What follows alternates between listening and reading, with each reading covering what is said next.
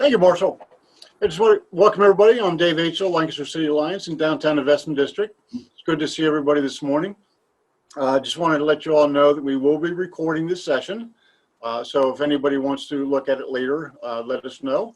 And if you can keep your microphones muted during our presentation today, we have Jen Koppel with us, who'll be speaking about Lanco My Home. Before we get started, I just wanted to pass along a sincere, heartfelt gratitude from our city police department and our city administration for all the support they have been receiving the last couple of days during this very difficult time. They're very appreciative of the support. They are understanding that you are with them, and they just want to say thank you very much for your support, and we'll get through this together. So with that, I will turn it over to Marshall to introduce our guest this morning. Great, thanks, Dave. And everyone, I do want to especially thank you all for joining us this morning. We know that it's been a trying few days, so for you to take the time to be part of this important discussion, that's much appreciated. And I also like to say, so following up on what Dave mentioned, what we're hearing from the merchant community in response to this weekend has been great. In other communities where it could have been like sort of more panic, this is more of a community coming together. So so we're appreciative of that as well, as is the government officials. So thank you. As we know, with COVID-19 and even before, our most vulnerable populations have been struggling and have been even more at risk. And as Lancaster City Alliance and the Downtown Investment District, we've heard from several businesses, property owners about concerns of people that are congregating in Binns Park, and for a number of reasons. One is sincere worry or for the people that are there, but also, let's face it, there are some perceptions of and realities of what's actually happening there. So what we wanted to do today was bring together the people that are really at the front line of working, on these issues. And so it's we want everyone to know that this is actually acknowledged, and there is a plan in place, and people are working very hard. And a lot of people that aren't getting credit for the work that's done. And there's also an opportunity for the business community to assist in this matter. So this is both sort of an education session and discussion and outreach, frankly. So I want to welcome Jen Koppel, the director of Lanco My Home, and Commissioner Ray D'Agostino. Thank you for joining us as well. Ray has been instrumental in pulling together several agencies within the county and public agencies and the city to work on these issues. And a little later, Jess King from the mayor's office will be with us as well.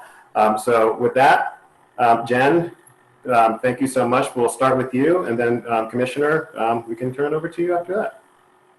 Good morning. Thank you for having me. As Marshall said, my name is Jen Koppel. I also want to introduce Ann Linke and Wendy Stivers. Ann and Wendy both work with Tabor Community Services, and I felt it was important if there were some questions that folks had that would be helpful. It would be helpful for Ann and Wendy to be here as well. So since COVID changed the entire world, right? We have worked very hard to try to keep the population that Marshall referenced, which is the vulnerable population of folks living outside or in emergency shelter, as safe as we can. And early on in the pandemic, we realized that with all of the businesses closing, that we were not going to be able to have an opportunity for folks to get in and out of the elements, to wash their hands, things like that. And we did work with the city to put up the hand washing stations and the portable bathrooms. And I know that those are not necessarily being used as well as they were at the beginning of the pandemic. But I just wanted to give you context on how they got there in the first place, was that folks had nowhere to go to the bathroom when everything closed. I think it's also important, Ray was part of our shelter task force at the very beginning. So Ray and I have been working very closely in this space since, well, very closely period, but very closely related to this since March. We did open a quarantine facility down at a local hotel for folks who are being tested or have tested positive for COVID within the emergency shelter population or living outside. I knock on wood every time I say this. So far, we've only had 2 cases of COVID, one in our emergency shelter population and one in the population outside.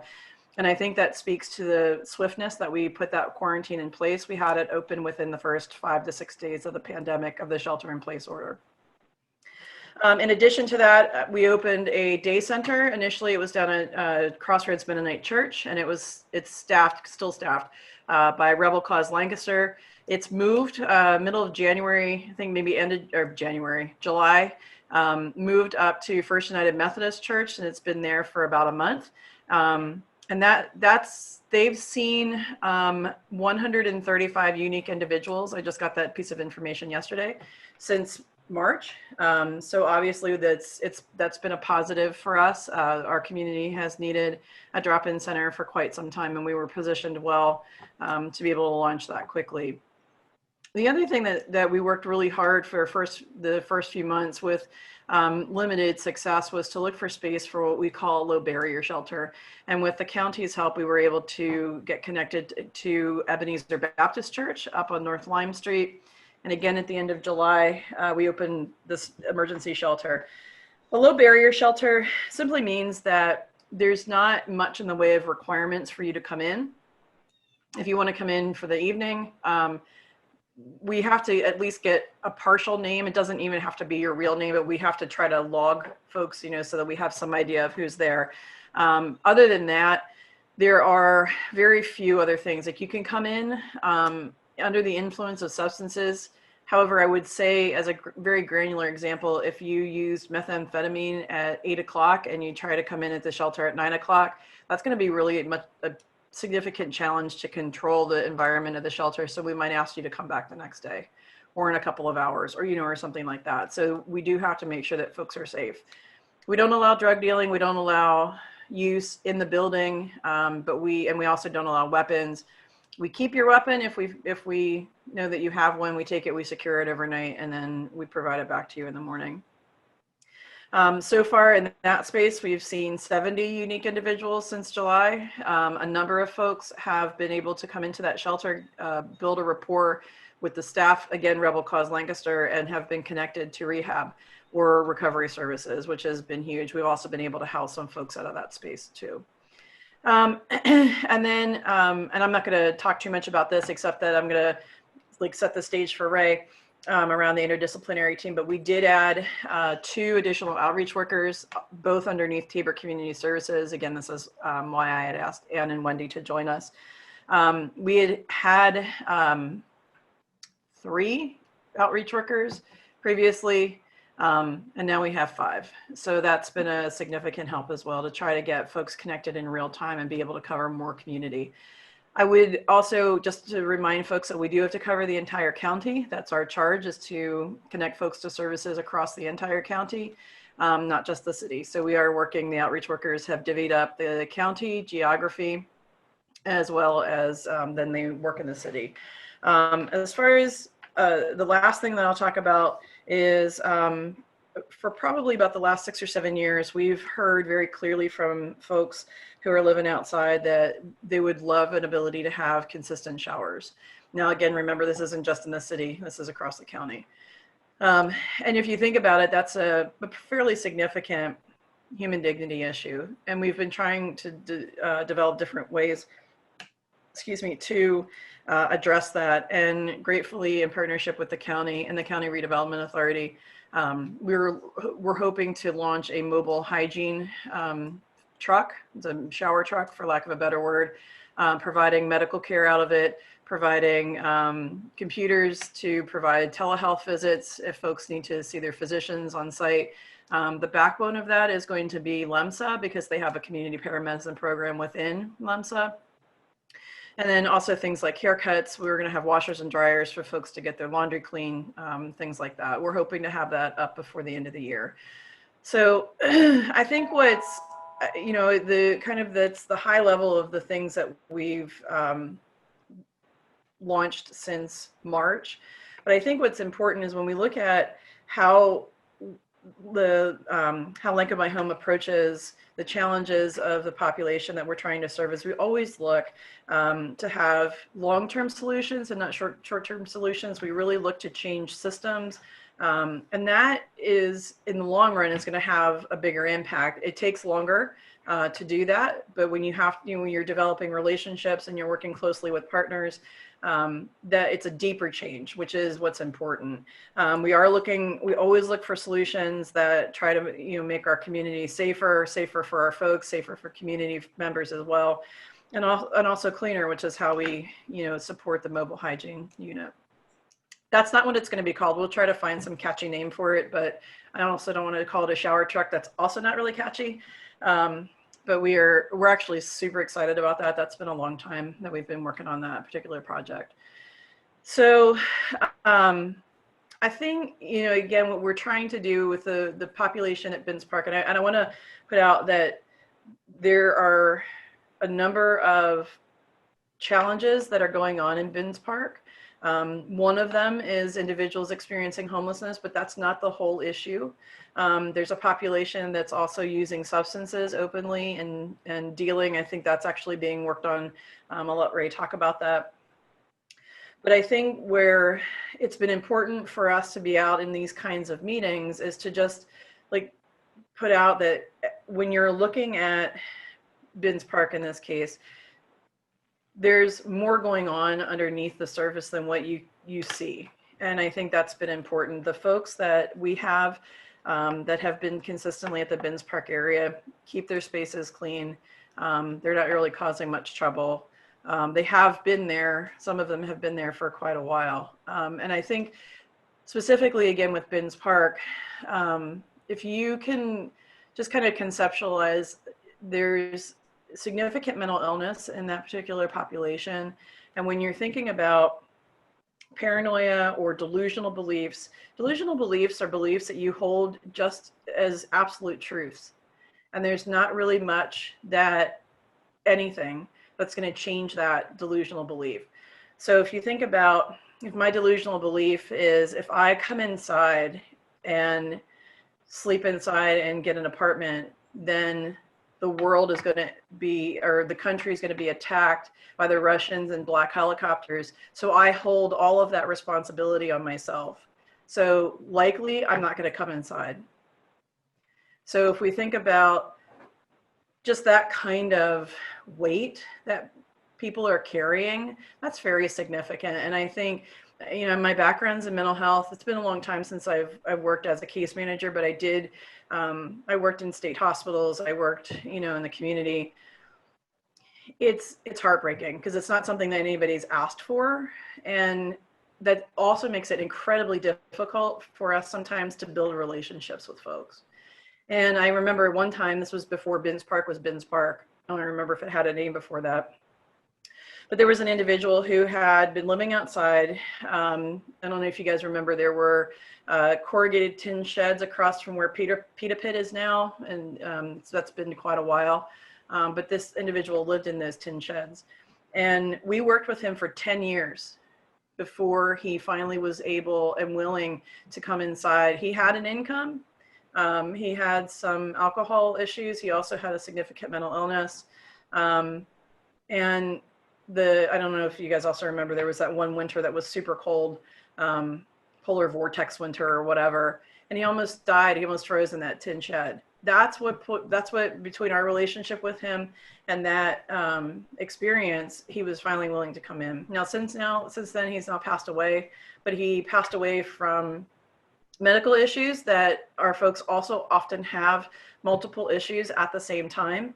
Or comorbid diseases, however you want to think about it. But we were able to house him. He lived very successfully in an apartment for a number of years before he passed away from some medical concerns. But that takes 10 years sometimes. So I think, and when we are thinking about folks who are living outside that we're trying to engage with, we have to do it very much where they are in the minute they're in. And sometimes that's just giving somebody some ice. Sometimes it's, offering a shower. We're hoping very much with the shower truck, that's going to be a good relationship builder for us. And additionally, like the low barrier shelter, we're really trying to get people connected where they are with little to no requirement so that we can build those relationships and then transition them quickly into something more permanent. So on that, I'm going to pause and then I'm going to turn over to Ray so he has a few minutes to talk about what we're doing with the interdisciplinary team. Thank you.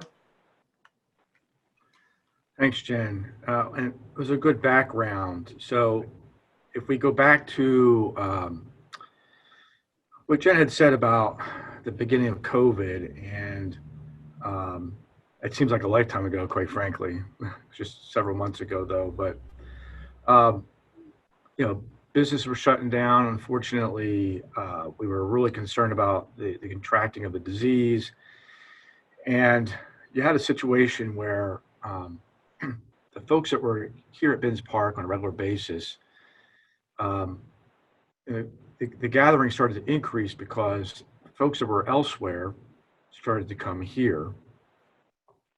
And some of the things we provided that were provided at the park here, such as hand washing stations and bathrooms, were taken advantage of, quite frankly, by some other folks who came into the park. And because of that, it started to grow and grow into something that no one had really wanted to see happen, which is that, you know, we had some unlawful activity happening here. And then on top of that, as the numbers began to grow, you had well-meaning folks thinking, well, boy, these poor people, we need to help them. So started bringing food and other things here, which only made the population grow because folks felt that, hey, this is the place to get services.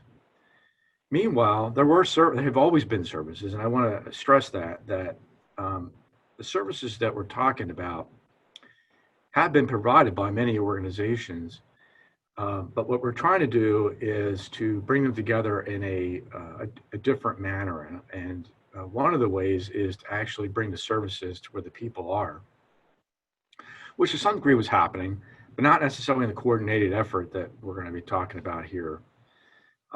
So going back to the situation, so it began to grow and people were well-meaning. And then we started to think, well, geez, how do we actually coordinate and how do we really hone in on the issues that are here? And one of the things Jen said was, well, let's find a place where these people can go so they're not outside. So they have a place they could go. Because one of the problems was, well, there are other places that they were going that are no longer available. All right, so how do we find a place they could go? Led to the day shelter. All right, well, there are more people sleeping outside. All right, well, what do we need? We need an evening shelter, low barrier because of some of the folks that were here. All right, we did that. Meanwhile, you still have other folks taking advantage of the situation and thinking this was a good place to do some illegal activity. And by the way, the folks that were here on a regular basis and those folks coming in didn't get along very well. And so you had fights breaking out and all kinds of activity. All right, so how do we deal with the unlawfulness? Well, come to find out, it wasn't just as simple as having the police come in and observe and arrest people. Because part of the problem was that when that would happen, folks would basically go into the system and come right out of the system because, and I won't go into much detail, we don't have a whole lot of time. Just suffice to say that the way that the rules and the laws that the courts had to obey didn't allow for people to be held and dealt with in the criminal justice system as you might think. So we had to bring the courts in. And in order for this to work, the courts and all of us had to work together, come together, and think outside the box. And so that's what's been happening. So we pulled this interdisciplinary team together. It's made up of almost 20 organizations, many county departments and divisions. as well as city government and other community agencies that are listed. There's the one pager. This is a public document we put together. So we all came together to try to address all these different issues. And the first thing we did was we came up with two goals. First one was to develop and implement strategies to offer services to individuals congregating in public areas, which will assist them in improving their well-being. In other words, as Jen said earlier, it's about the people. It's about individuals either experiencing homelessness or drug addiction or mental health issues. So it's got to be centered around individuals. The next goal is that we need to end the public use of illegal substances and other illegal activity at the park and other public areas in the city, which constitute a hazard to public health, safety, and welfare. We understand that people may have issues, but those issues then, as they may or may not be working on them with the appropriate help, cannot necessarily interfere with other people's public health, safety, and welfare. So those two things combined make up the goals.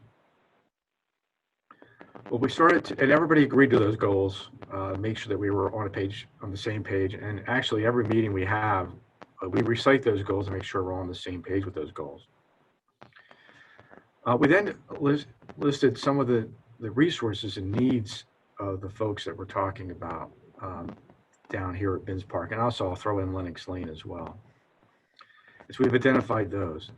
And then we quite frankly started to work on, well, how do we interact to make sure that we meet those two goals? How do we develop and implement strategies? So for the homeless, we already went through some of those. With respect to drug and alcohol abuse, we made sure we brought in an organization called Blueprints Second Chances. The county had just actually put together a contract, thanks to our district attorney, to work with them. They then sent some folks here at Binns Park to work with our outreach workers from Lenco My Home to start to do outreach right here at the park. We had talked about behavioral health, mental health issues. So we made sure that we have an outreach worker with community services group. It's contracted by the county. We made sure that person was here. So we made a concerted effort to actually bring people here to, talk to the folks that were here at the park. We started off having a canopy so that people knew what was going on. Not that these things aren't still going on or were going on before, but we just want to make sure people knew that there was something different going on. And then also, like I said, the courts were involved in this because if we have people who are dealing drugs, which was going on down here, or using drugs or other things that were unlawful, we needed a way to actually deal with that. And again, deal with it in a way that just doesn't say, okay, you did something wrong, you need to get out of here and go to jail or whatever it is. A part of the goal was to say, look, we've offered you the opportunity for these services, all these services that we have available. Unfortunately, you didn't take advantage of it at the time. Now we have an unlawful situation and you're going to find yourself in a criminal justice system. And some have been there before. But this time, because of the integrated work between the entire court system and all these agencies, we're all in the know, we're all working together so that we can still avail that person with these services. Say, hey, look, these services are still available to you. We hope you take advantage of them. In some cases, they're going to be court ordered, and then you'll be on probation, and then probation officers will be working with you to help you. Again, we're always focused on the individuals to make sure that they have an opportunity to avail themselves of the services that are available. We can't force people to do it, but at every turn, we're going to make sure that they realize they have that availability. It's working. I think it was about dozen people, maybe I'm losing count by now, who have taken advantage of treatment, drug and alcohol treatment. People have been taking advantage of the shelter. I think a couple people have actually had some permanent housing placement, and Jen can speak to that more. And yes, law enforcement has been involved. There have been many people now arrested for drug dealing and other crimes. And they are now in the criminal justice system, and they're now seeing the very same people they may have seen out here offering services, and they're now seeing them within that system as well. And hopefully they'll take advantage of that there. We're not done yet. We continue to meet. The team continues to meet on a regular basis to talk about issues. We talk about some wins. We talk about challenges. And we talk about those things. We try to sustain the things that are going well. We try to change the things and interact in a way that meets the challenges. One of the big things is communication, and making sure that all of these groups we're talking about are on the same page. And so we have now a protocol put in place to be in communication with each other about all these different things. So the police department, the court system, adult probation and parole, all these departments and agencies are now integrated and working together in a way that hasn't, quite frankly, before, to solve the issue that we see out in the park and other places. So with that, I'll stop there. I've got to get going here in a minute or two. I'll turn it over to Marshall. Hopefully that helped. Yes, Ray, thank you so much. I know you have to leave, and actually, Jess is just joining us. Do you have a minute or two in case one or two questions? I do, and I really should say thank you to everyone on the team. It's been great to work with everybody, but everybody's come together, and I want to thank the businesses for what they're doing. There is a role to play in helping out. We have a lot of people who want to help, and there are ways to help, and we can talk about that later. But yeah, I'll take a couple of questions.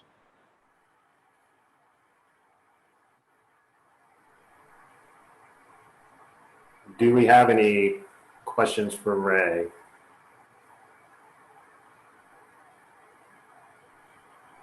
Okay, there will be the opportunity to for additional conversations. Obviously, also the document that we shared on the screen we can include in the notes so that everyone has a better idea of what agencies and entities are involved in this effort. And as Ray said, the business community, they've reached out to us about how they can help. So, and we'll be working with the various partners here to, as part of a communications plan, be able to get the word out precisely how to do that and the best way to go about it.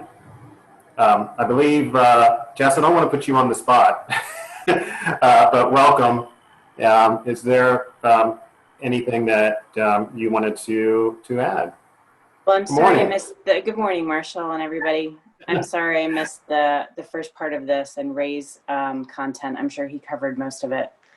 But no, it's been an encouraging process to be working as part of this team, recognizing that as it relates. And just to clarify, the core part of the discussion so far has been around congregant issues, illegal activity and such at Binns Park. Am I right? Yeah. Yes. Okay. Good. So, Jess, I'm sorry, just to interrupt really quickly. Ray, I do know that you need to get to a meeting, so I do want to thank you for taking the time to join us today. We may ask you back for additional follow-up if you don't mind. But I just wanted to say thank you for joining us. Yep. See you now. All right. Thanks, Ray. All right, Jess, sorry for interrupting. No problem. So it was just clear to us that the city only has so many tools when it comes to things like congregant issues. And there were overlapping issues going on. So there are obviously, number one, people experiencing homelessness. And our priority in that space is to figure out how to expand shelter space to be to accommodate the need in our city. And so we have to redirect it just as a baseline. The city has received emergency service grant dollars as part of the COVID CARES Act. And the majority of those dollars has gone into eviction prevention, shelter expansion, homeless outreach workers, really kind of focusing in on that space. And we have a second round that we're starting the process of evaluating that's larger, as does the county, to determine where we can put those dollars. And I think it's going to follow a similar track. We're aware that there is a need for at least 30 more emergency shelter beds in Lancaster County. We added, just during the pandemic, many new programs, including a day shelter that was piloted and then made permanent, and then an emergency shelter at Ebenezer Baptist Church that filled within the first week. So kind of send a message that we need more shelter for folks, and that's really where we want to prioritize. So just to lay that baseline groundwork, and then to recognize what else was going on at Binns Park. There were a lot of issues around overlaps between drug and alcohol use, and a lot of behavioral health. And we're recognizing that there's only so many tools in the city toolbox around law enforcement for that a lot of that work lives with the county. And the county really stepped up during that process, as I hope Ray spoke to really get more outreach workers in the park. They've seen great uptick on getting people into treatment and recovery, really working that angle first. And then the police, we also worked on some things, making sure that,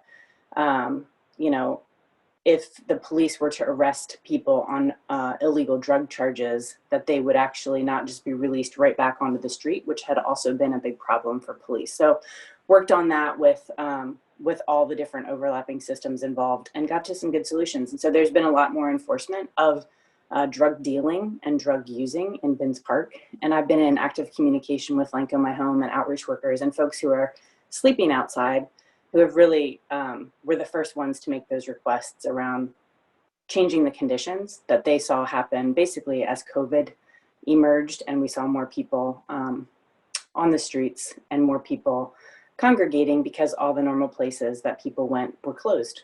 So it's been kind of an unfolding process over the last 6 months, but I think that we got to a lot more progress. I've been speaking to people at Binns in the last couple of days, and it's really calmed down, and it's been a great improvement for a lot of folks. It's a park again. So, and next week, our Department of Public Works Park Department is going to be doing just a deep clean of the park, doing some weeding, some repair, doing some more planting, power washing, a lot of different areas of the park, just to make sure that it's a clean area for everyone and is safe and clean as a public asset.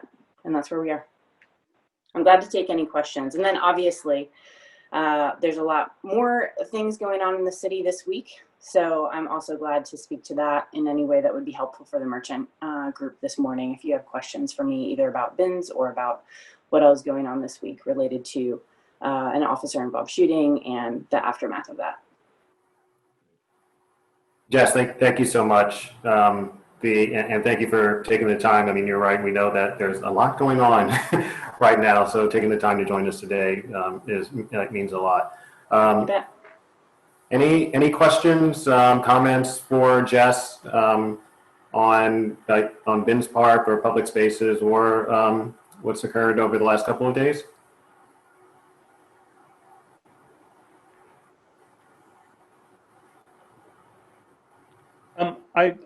Jonathan Russell here from Hourglass. Is it all right if I ask a question? I know I'm a guest here today for this meeting. Go for it. Okay, excellent. So the Binns Park homeless issue is a visible part of the homeless problem, but there's so much homelessness that is not visible. That's right. How much of that, I know we talked a little bit about, and I'm sad to see that Jen Koppel left, because I think she might be a good person to answer this question as well. How much of the homeless issue in Binns Park and in the county is to do with behavioral health issues versus affordable housing. I think there's as we all know, a massive affordable housing issue in the county and the city as well. Yeah, that's a great question. I mean, I think the underlying thing here is about housing. You know, that's why I wanted to name that first. We don't have enough emergency shelter beds. We don't have enough transitional housing units. We don't have enough affordable housing units. And honestly, what we're all seeing, if you watch anything around home sales or it's a supply and demand issue very heavily in Lancaster County. There aren't enough new units to keep up with the demand. We know that in Lancaster City, half of renters are housing cost burdened. So spending more than 1/3 of their pre-tax income on rent or housing costs. That's about, that's renters, that's about 6,000, 6,500 households. So just think about that, the scale of that need. And there are about 2,000 owner occupied households that are also housing cost burden. We believe that a lot of those are fixed income seniors and such. That's just, you know, painting the picture of the need. So we're really trying to work with different groups, including the Coalition for Sustainable Housing, Tabor, LHOP, to coalesce around more clear strategies, both in the city and the county as it relates to affordable housing preservation and production, and honestly, more important, advocacy. The root here is that there isn't, either wages have to go up so that people can afford housing, or the cost to produce that housing needs to come down so that it's affordable. The main tool to do that right now is through tax credits, low-income housing tax credits, or other public subsidies from the state or federal level. There's very little at the city level. There might be possibilities at the county level. We just need to get into those conversations with those decision makers to say what is possible to help meet that need. So we're trying to like push in that direction and say, we need more housing countywide, and it's a big issue. So that's one underpinning piece, but definitely a big issue as well as behavioral health and just the transitory nature of a lot of the ups and downs of folks who are suffering from mental health, behavioral health addictions, and what housing insecurity blended with that does is a root cause of homelessness. So the Lancome My Home has been working to identify, you know, more baseline metrics on that. I'm on their board. At our last board meeting, Jen was able to deliver some good stats that they've been working on building up to share with the board and more with the public around what all is going on for people countywide who are experiencing homelessness. And there's a lot around behavioral health underpinnings. Thanks for taking my question, Jess. Sure, totally. And I know that Jen would, you know, engage that anytime, Jonathan. Excellent. Thanks for letting me join in here too, and thanks for all the work you all are doing. Hey, Jonathan, you're welcome anytime. And Jess, if I could just chime in a bit on the affordable housing piece. I mean, you're right on, and I think what groups like, you know, this like this group can do, and city businesses, you know, in general, is to help beat the drum that while it seems that Lancaster City residents, you know, community members are really pushing for affordable housing, you know, in the city, which is critical. This is a county issue, and the more that we can, you know, sort of beat the drum that, you know, all of this, you know, can't be or shouldn't be on the city, because it's not fair to the city, it's not fair to the people who actually need the housing, and to resources. If it's helpful, I don't know how many folks on the call, and this starts to get wonky really fast, but I mean, the last thing I want is for people to think that the city's like pushing this off on someone else or dodging a bullet or being, you know, not taking ownership of issues. We see this, we feel this. These are our neighbors. These are, you know, we know that this is a core issue for the city. And when you look at the structural dynamics of what the city has to work with, we are 7.23 square miles. We are generally built out, very dense. We also have a very high poverty rate. We have the highest tax rate in the county. So we have the poorest population with the highest tax rate. So you want to talk about equity and think about who is burdened with that. We have the highest school tax rates and the highest poverty rates in our schools. There are layer upon layer upon layer here. And it's not that the city doesn't want to be able to address these challenges. We just don't have the tools. And so this is the kind of situation where we need partnership with the county, with the state, with surrounding municipalities to recognize that this is a shared challenge as a community, and that we're trying to work on some structural issues. We've been lobbying the state, hired a lobbyist because that's what it took to lobby the state to address the inequity in Lancaster City's tax structure, because the state legislature controls all of our tax rates other than property tax. So that's been the only tool that the city has had. So we've raised taxes 8 times over the last, or every other year over the last 14 years. And that's not sustainable. We can't keep doing that. We can't do that in a recession. We can't do that on the poorest residents. And so we need other tools in the toolbox to be able to continue to keep this city as thriving and prosperous as it is in the midst of that. So it is a needle to thread and a fine line to walk. And it's going to take more than just us working at it. So that's kind of the goal that I want to communicate to folks. And we're trying to push beyond our boundaries to find better solutions, but it's going to take help. Well said. Other questions, comments, words of encouragement for Jess in the city?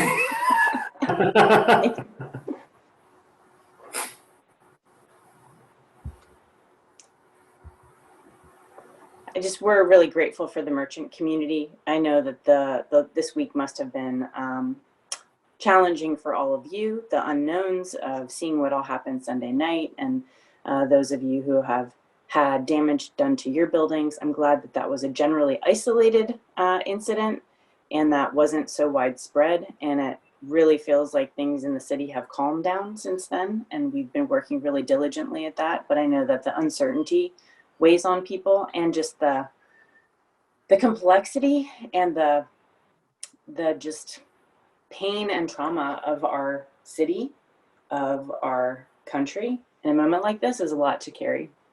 And I know that a lot of you are feeling the same things, and I appreciate your solidarity and all of your work to make Lancaster such a special place. Jess, I just wanted to add that I know that so many members of our merchant community are very pleased that we're dealing with a homeless population from such an empathetic viewpoint.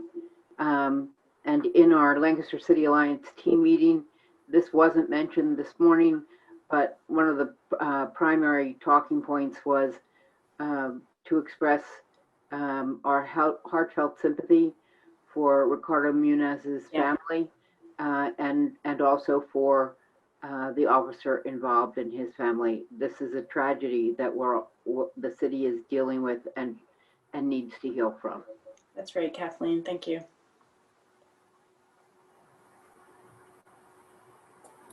Okay. With no other questions or comments for now, I think we'll move on. And Kathleen, do you want to do the member intermarketing committee report? I'm going to jump off. Thanks so much, everybody. Yes, thank you so much for joining us. Keep in touch anytime if I can be helpful. Bye. Our member intermarketing committee has a new subcommittee on diversity and inclusion. Any of you who attended our 2 racial equity discussions hosted by YWCA Lancaster. One of the suggestions that came out of that was some of the merchants asked to have signage where they were clearly identified as being welcoming places where racial equity and justice was supported, so that it was clear when you walked in the door that was a safe space for you. So this subcommittee that includes new members that reflect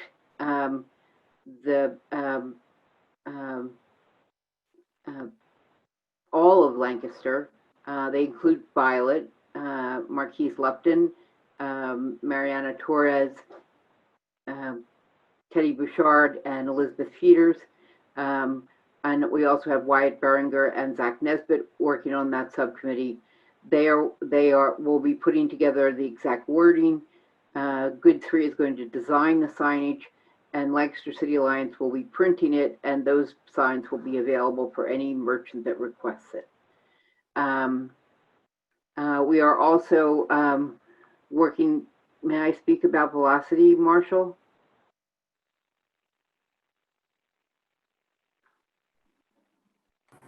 Yes. Okay. Well, this is a little segue, but I'm sure all of you are aware that it's Lancaster City Restaurant Week. And if you're not, it is, and it runs through Sunday, September 20th. There's never been a more important time to support our culinary community. Please dine out, dine outdoors, dine indoors, order takeout, buy a gift certificate. There are 53 restaurants participating at LancasterCityRestaurantWeek.com. And events like that, and Lancaster City Indie Retail Week, Small Business Saturday, Lancaster Shop Late, and more are all supported financially by Lancaster City Alliance because of the funds we raise during Velocity. So Velocity needs your support. If you're able to purchase a VIP ticket at $50, we would love for you to do that. There are great bonuses like wonderful raffle prizes, enter to win $200 in downtown dollars, a VIP upgrade on our lookbook, which is fabulous. But you can also support Velocity by pre-ordering our Velocity tote bag. Dave, do you still have yours in your office?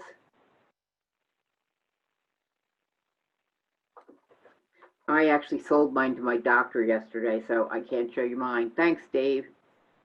Or the Velocity pillow. And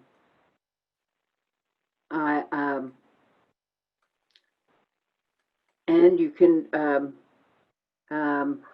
just make a donation when you go to the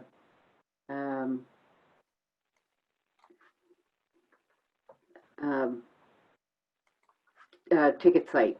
For whatever that you can afford, and we're grateful for whatever you are able to do at this time. But we need to sell tickets, so you can also help us by sharing our posts. There's one coming out at noon today on our social media, talking about it to your neighbors. A lot of good comes out of the funds that are raised by Velocity, so we need your help. I put in the chat the links to ordering a tote bag, a pillow. I put it twice, it seems. So there's no reason not to see it. And a way to order a ticket. Velocity is Thursday, September 24th, 7:30 p.m. on Facebook Live and our YouTube channel, which is Lancaster City Alliance. And I hope to see you all there. Thank you. Great. Kathleen, thank you. And we will see everyone there, right? Yes. Right. This was in the chat box earlier, but I do want to remind everyone or let everyone know that there are still PPE kits available through the Recovery Lancaster efforts. So if you still need a kit or need another kit, you can go to recoverylancaster.com. They are free. So with that, it is 9:23. Is there anything that anyone here would like to share with the group? Any announcements, any comments, milestones? We have until 9:45, or we could end early.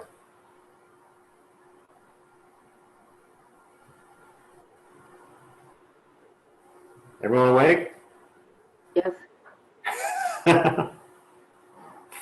Hi, everybody. It's Hey.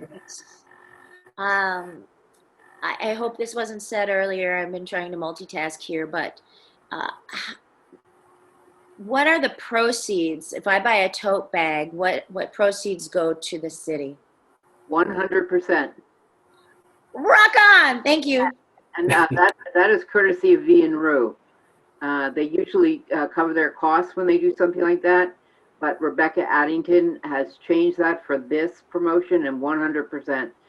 And it's a gorgeous, huge tote bag, heavy canvas, perfect for market shopping if you're going to buy half the market. But it's always nice to have a nice roomy tote bag. And they make great Christmas and birthday gifts. They do. And the pillow, I do have a pillow here.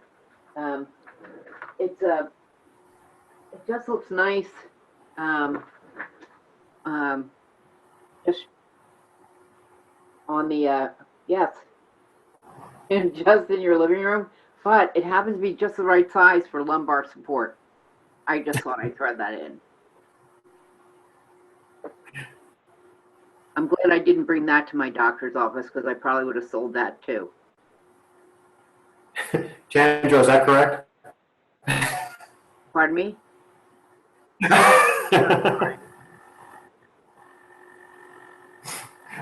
Great. Kathleen, upcoming merchant meetings? I know we're going to... Yes, our next merchant meeting is Wednesday, October 21st, and we have a great lineup. We'll be talking about Extraordinary Give 2020 and how it makes a great business partnership. That will be with Aaron Spangler. We will also be having a special presentation from Chris Bradley on how to use social media before the holidays, how to use ads. We are using him for Lancaster City Restaurant Week, and the audience he created, we have been increasing our reach every single day by 10,000. This man is a wizard. That's all I can say. He's like a magician, and I highly recommend that everyone tune into our Wednesday, October 21st merchant meeting for this presentation. It will be well worth it because, let's face it, every small business is going to need, and nonprofit organization is going to need all the help they can get this year. Great. Thanks, Kathleen. You're welcome. Well, everyone, if there's nothing else, get your Velocity tickets, buy your totes, buy your pillows, and we'll see you next Thursday. What time? 7? She was on mute. What was it? 7:30. 7:30. What Lori said, 7:30. Great. All right, everyone. Thank you. We'll see you soon.